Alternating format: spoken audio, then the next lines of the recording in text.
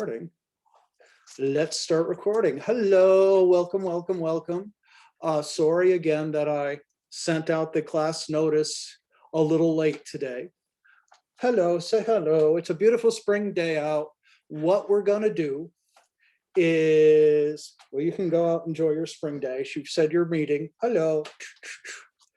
We are going to, hello. We're going to go on to the next unit. Yay. And start with the 19th century. But first, we'll go over the test. As you can see, and I will curve it up, and I will change any grades that change accordingly. Again, high grades a 98, it's doable. Low score, not that good. Too many down here. But this is basically the way the test should look. I would prefer the peak to be up in here. And that's what I'm going to try to move when I change the average. But, you know, every question is good. I'll go over a few things. Okay. You know which approach this book did. That's good. Cave paintings or mass comm. That's good. This is all good. Which ones are they trouble with? The Phoenician alphabet. It's about the oral transmission of stories. The study of phonics did not occur until the 20th century. It has nothing to do with the alphabet. It's just how to sound out words like you do in second grade. So, I mean, that's not what the Phoenician alphabet's about at all. Okay, the Odyssey and the Iliad you got, Acta Diurna you got, and translated into Latin. New concrete. See, yes, they had roads, but it wasn't new concrete. See, one little lesson in a multiple guess test, there's something wrong in every wrong answer. It's not about concrete. Islam, got that one right. Which ones do we have issues with? Everybody got Tom Paine. I'm very pleased. High literacy rate, that's good. Whoa. The time of the Declaration of Independence, free speech, they had no idea about free speech. Free speech was part of the Constitution, not the Declaration of Independence. The colonists rebelled against British restrictions on free speech? No, they rebelled against taxes. They didn't care. They assumed there would be restrictions on free speech. So, something to think about. Free speech did not come out and for another decade. Benjamin Franklin you got. First Amendment was good. Okay. All you had to do is look. It's right to petition the government for redress of grievances. All you had to do was look at the First Amendment, and there it is. So, I mean, this is one of those test-taking things you could have done better. Got that one. Okay, most of you got prior restraint. That is about censorship before the government. That's a good thing. Prior restraint, you got the idea. Alien and Sedition Act you got. Now, everybody got this. It is part of the First Amendment, but then you didn't get it before, which was kind of weird for me. But anyway, printing press. Okay, Gutenberg was a follower of Martin Luther. No. Gutenberg was dead by the time Martin Luther came along. So there's that. First Amendment applies. That's false. Okay, protects us from being. That's true. Good. Got that right. Tradition of free press? No, is a very new thing. Gutenberg and Caxton in England both expected to be restricted, to have licenses. No, free press was a new thing that came in America from Zenger and from the Constitution. You know, if you get anything out of this course, it is that free speech and bias are whole new concepts anyway. But that's the course. I wanted to show it to you before I curved it up. Anyway, let's go to this week. Today's show. Oh, and one other thing. That's right. We do have homework. And we'll see some today. Is to unintended consequences.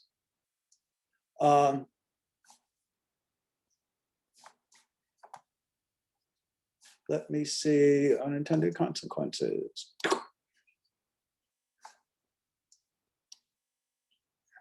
Okay, it's this one. Unintended consequences, due March 12th.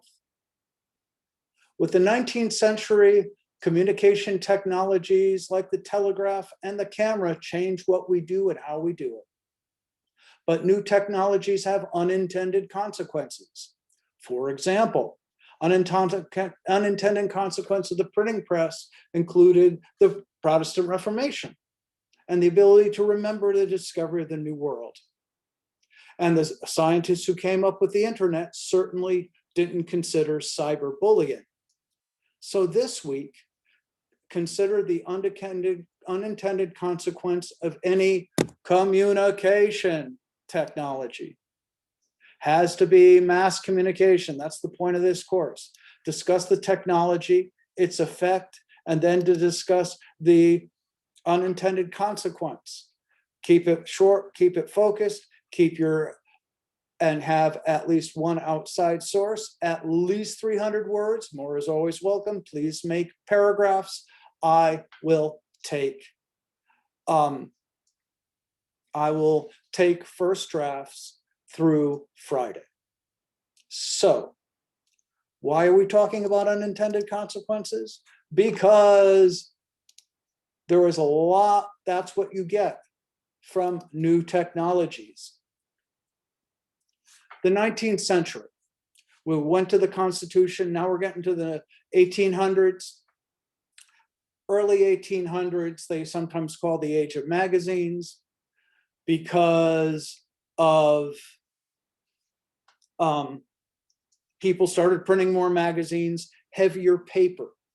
Newspapers had cheap, easy paper. Magazines had thicker paper that lasted longer. Thus, the name magazine means storehouse. And then you start to get new original voices in the media.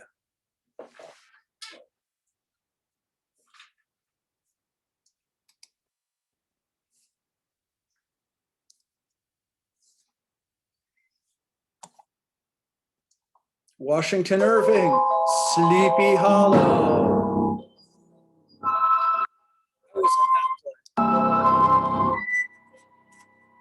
Edgar Allan Poe, who invented the detective story.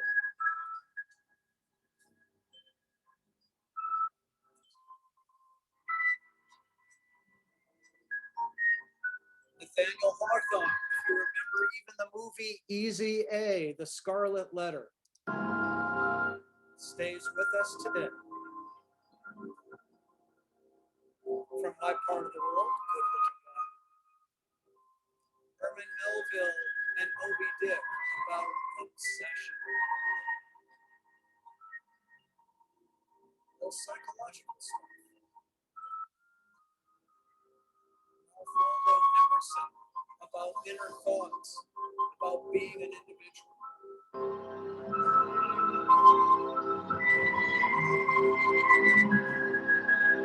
Henry David Thoreau, individualism, passive resistance to authority.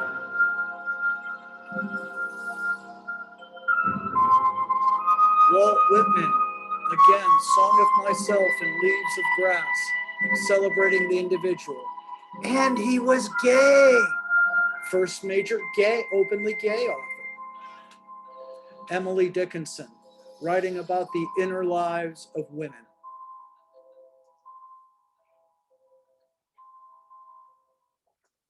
All these original voices. Frederick Douglass, who was an enslaved person and wrote about his experiences, showing that an enslaved person is as good a writer as anybody. Mark Twain, who invented American humor. You have real, new, and individual voices. Henry James, about rich people. So yeah, you have a lot going on. Dickens, Poe, Fenimore Cooper invented the Western, The Last of the Mohicans. Clement Clark Moore, Visit from St. Nick.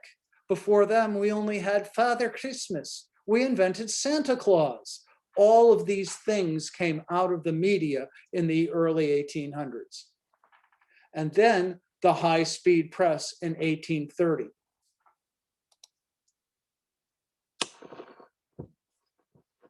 Your life work.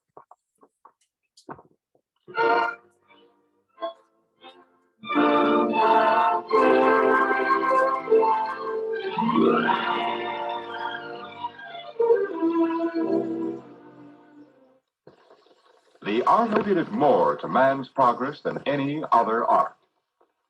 By means of printing, the fund of knowledge accumulated through the ages is available to everyone, rich and poor alike. Printing is essential to all education. Because of the need for printed matter in practically all of man's activities, printing now ranks fourth among the nation's great industries. Well, it's not as big now because of the internet, but the point of the matter is, look at how fast that was. Remember, the wide variety of products of the press and the demand for a constant supply. Remember, we had pictures of a page at a time when Gutenberg did it. Then they mechanized it and it got a lot faster. So what did that do? That brought the price of printing down. They call it the penny press.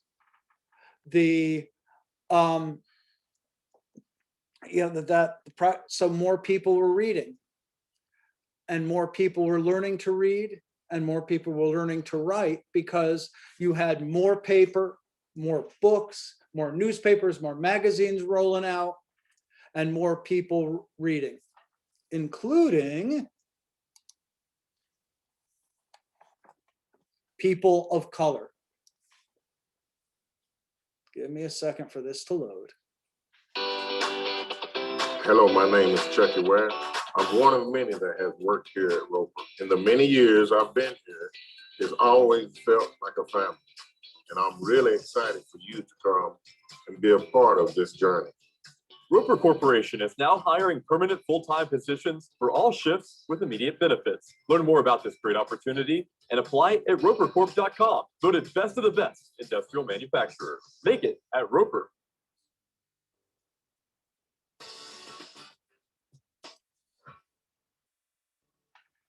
Famed author Frederick Douglass worked tirelessly as an abolitionist and an advocate for equal rights. You can't talk about the history of civil rights in this country without talking about Frederick Douglass. Long before Dr. King, the civil rights movement, here's a man who's talking about basic dignity for people in this country. Born into slavery in Talbot County, Maryland, around 1818, Frederick Douglass became educated first through his master's wife and eventually on his own. Douglass escaped slavery in 1838 by fleeing to New York and became a preacher the following year. Certainly, during Douglass's time, literacy for Africans was absolutely forbidden. In fact, it was very clear that once Africans could read and write, many wrote their own passes, which allowed them to move from place to place. And obviously, this was disruptive to a very repressive system. After his anti-slavery lectures caught the attention of William Lloyd Garrison, the editor of the abolitionist paper, The Liberator, Douglass began touring the United States as a speaker with the American Anti-Slavery Society. Many whites refused to believe that Frederick Douglass had ever been a slave because he was so obviously intelligent. He was such a powerful speaker. In 1845, Douglass wrote and published his first autobiography entitled Narrative of the Life of Frederick Douglass. Although the book was a US bestseller, Douglass was forced to live in Europe for 2 years to evade recapture. He ultimately purchased his freedom in 1847. People were shocked about Frederick Douglass, an ex-slave, writing his autobiography, and it was so poignant, and it was such a bird's eye view of what was going on the plantation. He put it in very plain language, and it was just a powerful testimony of why slavery needed to end in our country. Douglass became the only African American to attend the first Women's Rights Convention in 1848, and by 1861, Douglass was famous nationwide, advising both President Lincoln and Johnson on the welfare of African Americans. By any measure, Frederick Douglass was a real American hero. He was a public intellectual, he was a statesman, he was an activist, and his life and his political commitment were dedicated to human rights, not just to civil rights or to the end of slavery. During his lifetime, Douglass was U.S. Ambassador to the Dominican Republic, and in 1872, he became the first African American to appear on a presidential ballot when he was nominated as vice president. Frederick Douglass died on February 20th, 1895 from natural causes. And see, Frederick Douglass, it's one thing to read about enslaved persons, but then you see a real person who can write, who speaks well, who's not the stereotype, and people would look, white people would say, gee, he's just as good as we are. And that was huge. Also, women. You start the women's movement. I'll start this shortly. Shortly after the high-speed press, you have the first women's convention in 1838, and Frederick Douglass was there. You start the women's movement. You start the abolition movement, all not just because of politics, because of the high-speed press and people's access to information and information about enslaved people, people of color.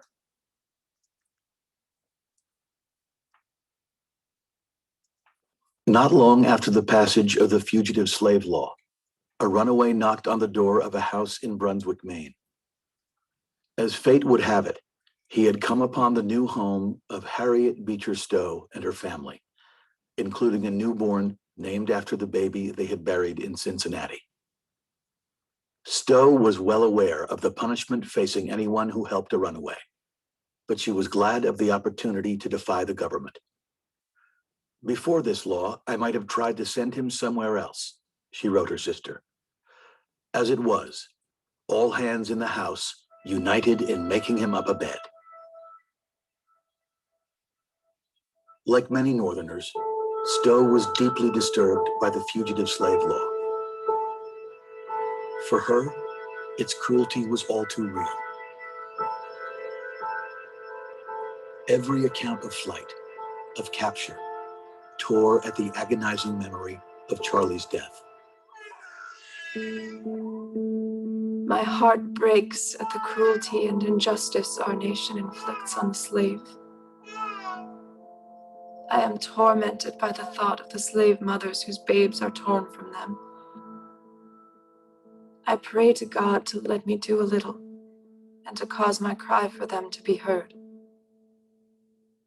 Leaving Cincinnati allowed Harriet to look back at those 18 years there and to process that experience of the slave riots, Charlie's death, the Fugitive Slave Law, and it all came together in a vision. Instead of Christ on the cross, she saw an image of a slave being whipped. And she wrote the ending of Uncle Tom's Cabin when Uncle Tom dies. And when she read it to her family, they were all crying and they said, "Mama, you've got to write the rest of the story." On March 20th, 1852, a publisher released a book on a difficult subject by an unknown author. By the end of the week, Harriet Beecher Stowe's novel about the evils of slavery had sold 10,000 copies. Within 2 months, 50,000. 3 paper mills feeding 3 printing presses running 24 hours a day. And still the publisher couldn't keep up. High-speed press. Again, Uncle Tom is a pejorative term today. But in those days, he was a fully realized character trying to keep his family together. This documentary talks about the loss of a child of Harriet Beecher Stowe. The character Eliza tries, who's in Kentucky and enslaved, crosses the river to Cincinnati holding her child. Eliza, who is light-skinned, trying to pass for white. Yeah, these are stories of real people. All of a sudden, they're not just those folks who cook and clean and do the heavy lifting. They are real people. And that's what came out of Uncle Tom's Cabin. Just like Thomas Paine and Common Sense. All of a sudden, people throughout the country are seeing enslaved people as real human beings and their condition as being just wrong. Soon, Uncle Tom's Cabin began reaching vast new audiences, including many who had never read a novel when it was adapted as a wildly popular play. Yep.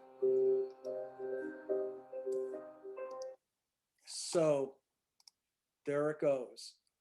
Largely because of the high-speed press, more people reading. And the next big thing was the telegraph.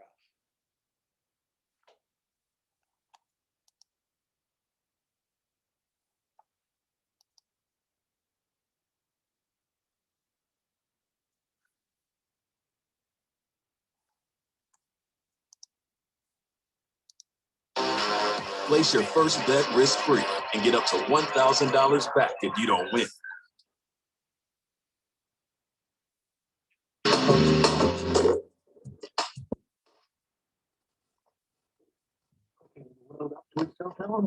The Victorian invention of the telegraph. Revolutionary stuff.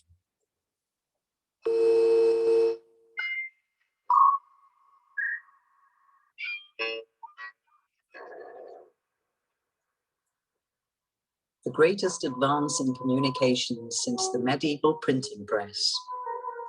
Its cables encircle the world, heralding the information age.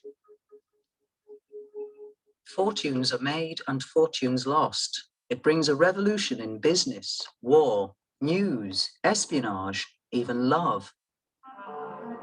This mother of networks is called the highway of thought, but it's not the internet. It is the telegraph system, invented over 150 years ago in the reign of Queen Victoria.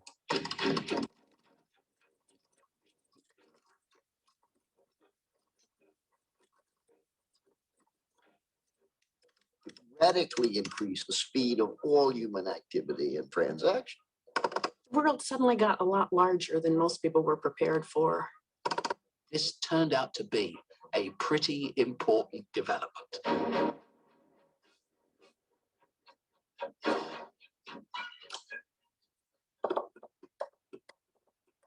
Before the telegraph, the speed of communication changed little from the time of Julius Caesar through to George Washington.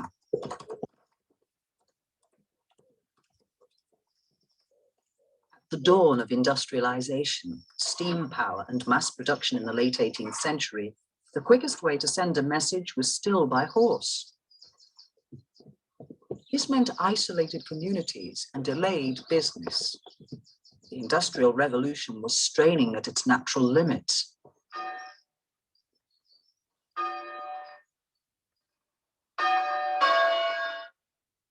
For centuries, the simplest signals could be sent by sound.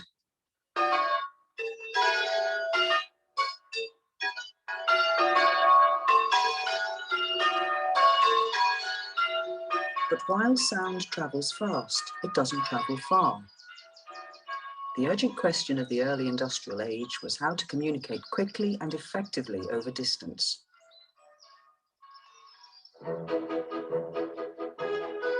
The French, under Napoleon, sent messages along chains of towers mounted with semaphore arms.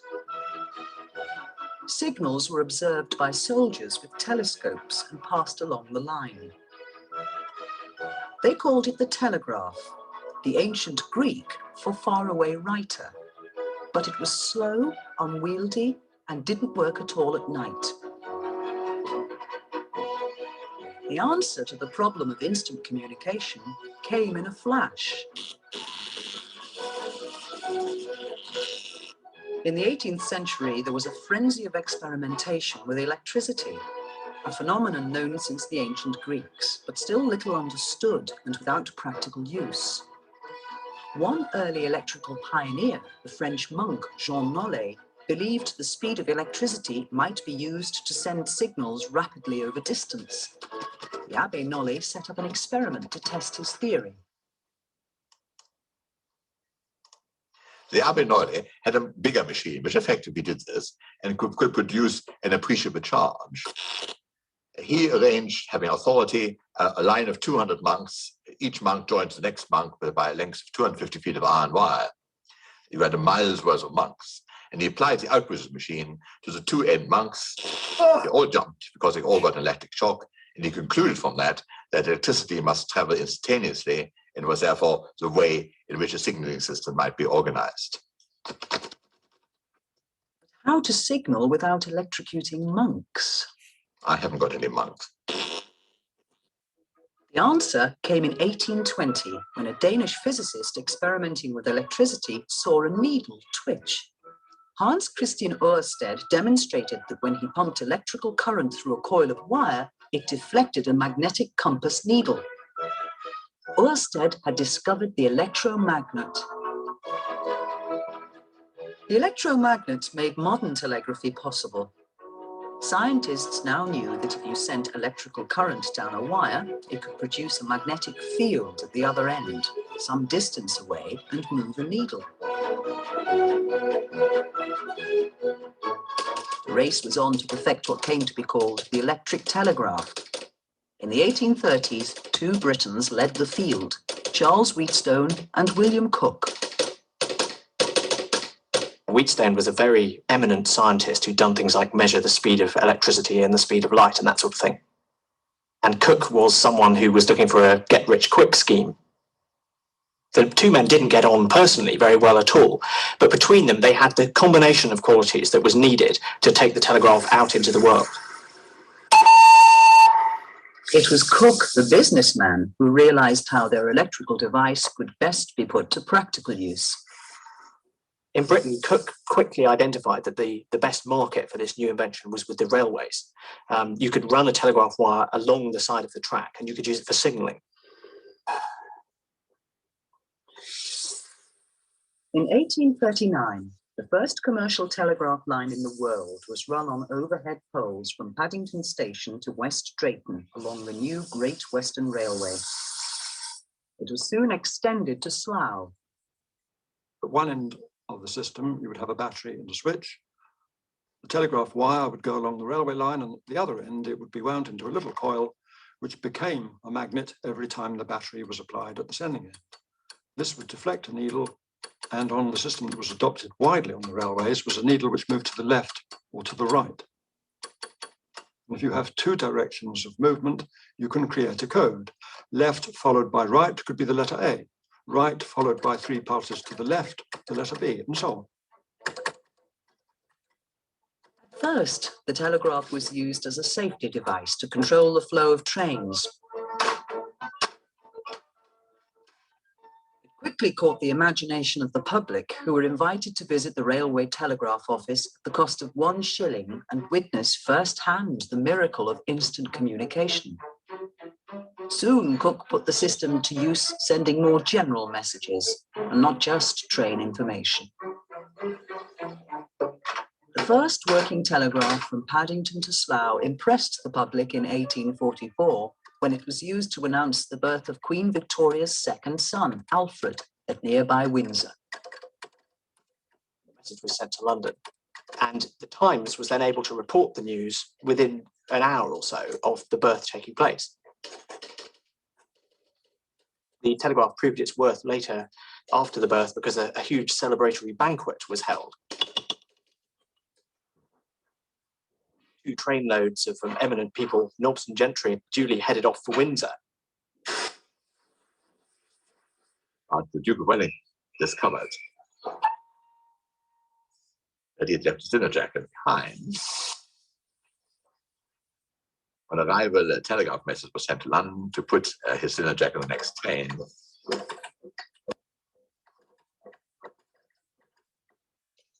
He received it in time to be fully appropriately dressed for the party. This, I suppose, impressed the trendsetters of the day. The Telegraph's reputation grew when it was used by the police to catch a notorious criminal fleeing by train. John Towell was a murderer. He murdered his mistress in Slough and then made a run for it on the train. Normally, if you're a criminal and you jump on a train, you get away scot-free, because there's no way of sending a message faster than a speeding train. Police were after him, but by the time they reached the station, the train was just disappearing up the line. And of course, there was no way that the police could overtake the train. However, they had noticed the particular carriage that he got into. Towell's description was telegraphed ahead of him down the line. He was described as being dressed like a Quaker. And in fact, the telegraph system that was used to do this was the Wheatstone and Cook system with needles, which only had a 20-letter alphabet, so there was no Q. So when they signalled the word Quaker, they had to spell it K-W-A-K-E-R, which I think caused some confusion at the receiving end. Anyhow, the description was duly received in Paddington, and when Towell disembarked, he was followed by police and was subsequently arrested. He was then put on trial for murder, was convicted, and was hanged. And the Telegraph was then referred to in the newspapers as the cords that hung John Towell. The fame of Cook and Wheatstone's needle telegraph had spread overseas. But while their device was effective, its code was cumbersome. It was in the United States that one man invented a simpler system, together with a code that would conquer the world and change communications forever. Samuel Morse was a painter who had missed his wife's funeral because of a delayed message. He became obsessed with the idea of instant communication. In 1832, while on board a ship on his way back to America from Europe, Morse came up with the idea of a code which could be transmitted down a line with no more than an on-off electric. So the point is, Morse did not invent the telegraph. I know people say that, but it's not true. Cook and Wheatstone and Cook invented the telegraph. What Morse invented was the first killer app, Morse code. And we will see that again and again. It's not the technology that matters so much, it's what you put on it. It's not the television, it's the programming. It's not the computer, it's the app. It's the social media. That is a huge thing. Again, he didn't invent the technology, he invented the thing to put on it, the Morse code. Electric switch. Morse code was born. He concentrated on what we would today call the software rather than the hardware. And he came up with this idea that you would use a slightly fiddly code of long and short bursts of current, but that would enable you to have very, very simple hardware. Morse's development was a code with just 2 elements, 2 conditions, Yeah, so a dot and a dot. yeah. So it started going. The mind of the operator, and operators could do this surprisingly quickly. In Morse code, each letter of the alphabet is represented by long or short pulses of electricity. The more common the letter, the fewer the pulses. Common sense. When we've seen it. Line along the New York to Philadelphia Okay. line between Baltimore and Washington. First one, On the 24th of May of that year, Morse sent the first official American telegraph message, a quotation from the Bible, which captured his pious sense of wonder at electrical communication. What hath God wrought? A year later, Morse founded the Magnetic Telegraph Company and opened a line along the New York to Philadelphia Railroad. Now there was no stopping the new technology. The benefits of instant communication over long distance were obvious and immediate. From 1846 to 1852, there was a huge growth in the network as a web of telegraph lines spread across the American continent.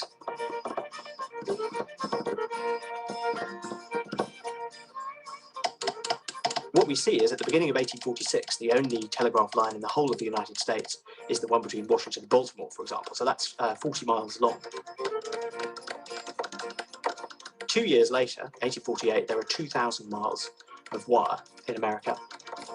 And 2 years later, again, there are 12,000 miles. All right, look at that. Instant messaging. It took, or IMs as we call it online today, to go from New York to San Francisco or LA, you'd either have to sail around South America or take a wagon for a couple of weeks across the country. With the telegraph, boom, it can happen overnight. It happens in seconds. So all of a sudden, California is not so far away. The effects are the country becomes essentially smaller. At this time, you have the Mexican War. That all of this, California, Nevada, this was all part of Mexico, including part of Texas. And with the telegraph, that didn't seem so far away. And so when there was a border war in Texas, we invaded and took California, Nevada, Arizona, New Mexico, Colorado, and Utah. Of cable. We're looking at what today we would call exponential growth. With Morse's simple hardware and a universal code flashing messages from city to city, entrepreneurs in other countries rushed to take advantage of the new age of telecommunications and set up their own networks. There were several competing telegraph companies. Some of them only operated local networks. Some of them had national networks. Some of them had agreements with each other. Some of them didn't. There were all sorts of different price structures. The whole thing was a complete mess, rather like it is today with, say, mobile phones. There are all sorts of different tariffs, and it was impossible to understand what was going on. But in the case of the telegraph, of course, it was much messier because all of these different companies had to put their own wires up. So it was a And big this old meant mess, and that's where government comes Running in. at an average rate of 25 words a minute. The only noise would in fact be the click of the Morse code instrument, because talking was not allowed. And you have more people coming in, new jobs, new industries, the telegraph operator, the telegraph delivery person. Women, a lot of women become telegraph operators. the telegraph office had hundreds of instruments sending and receiving clash. So you have truly mass It media. broke the link between physical objects and information. They thought that the telegraph was actually sending. People didn't understand it, but oh, okay, here it gets bigger. And now, In many ways, it was the moon project of the mid-19th century. It was so enormous. then they put the telegraph wire across the Atlantic from the US to London. Enormous an enterprise compared to anything that had gone before. The man who took on the challenge was the American millionaire Cyrus Field.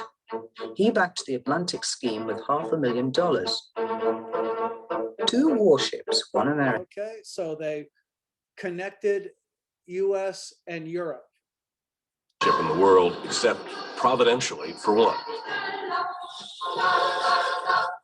The Great Eastern, launched in 1858. So what happens there, we're connected to Europe. Low voltage current flowed through the cable We'll and go through a message. little some of the technology. So it does the same thing with commodities. It converts them all into prices. It allows the prices to be transmitted in space and for trading to occur in new ways. In this newly global economy, the changing price of the pound and dollar against gold could be signaled across borders instantly.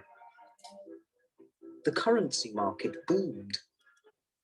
Our economies are linked up. Unintended consequences.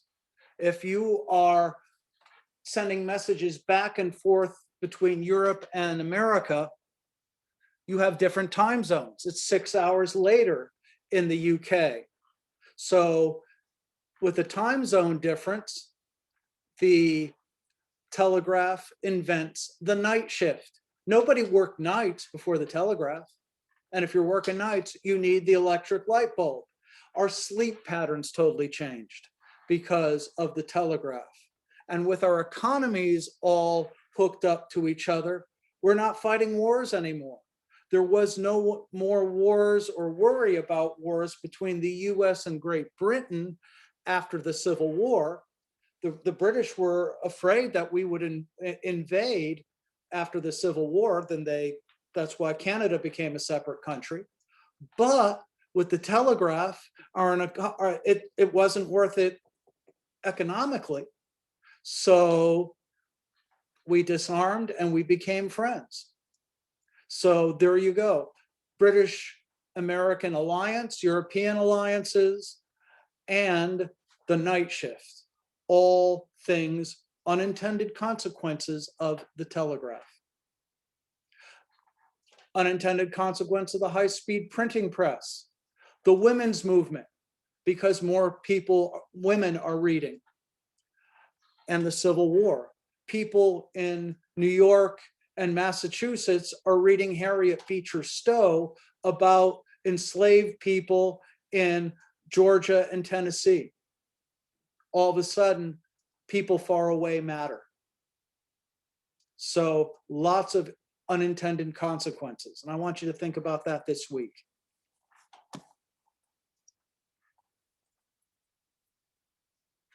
Okay, we'll get to photography and the Civil War next time.